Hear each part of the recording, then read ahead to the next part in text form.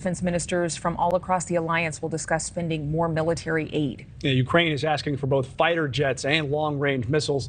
NATO Secretary General Jens Stoltenberg says additional shipments of planes will be discussed, but the more pressing issue is ground support. This week, Ukrainian troops began training on new German Leopard battle tanks, but those are not expected to be put into action until the spring. We are joined now by former Defense Secretary Mark Esper. Secretary Esper, thank you for joining us. Good morning. Good to be with you.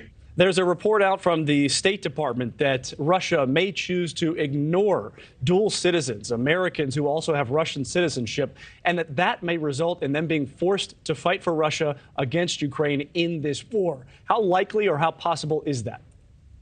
Well, with Russia, anything's possible. We saw them last fall conscript 300,000 young men into the service. We've seen that their mercenary group, the Wagner Group, has gone to prisons and recruited 40,000 convicts to fight in the conflict.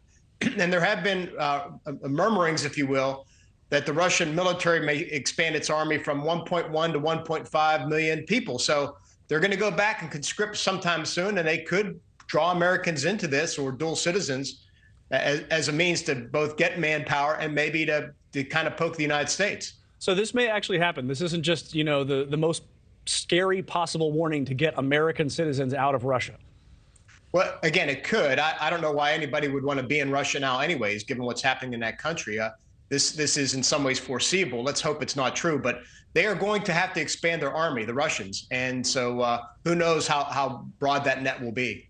Now, I understand that Russia may begin an offensive here. We're almost to the one-year mark of this war. What do you think Russia has learned in the past year that might help it continue to claw back a little bit of the territory that it won and then lost again? And then also, what has Ukraine learned that might help it as we enter the second year of the war?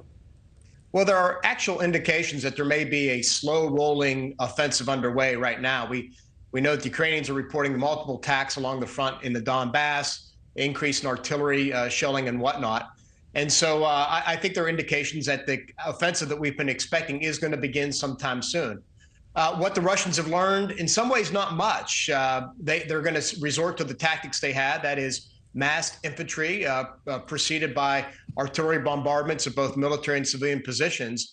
And I think that is the tactic they've employed recently and in the past. For the Ukrainians, the key is not to fight the Russian fight.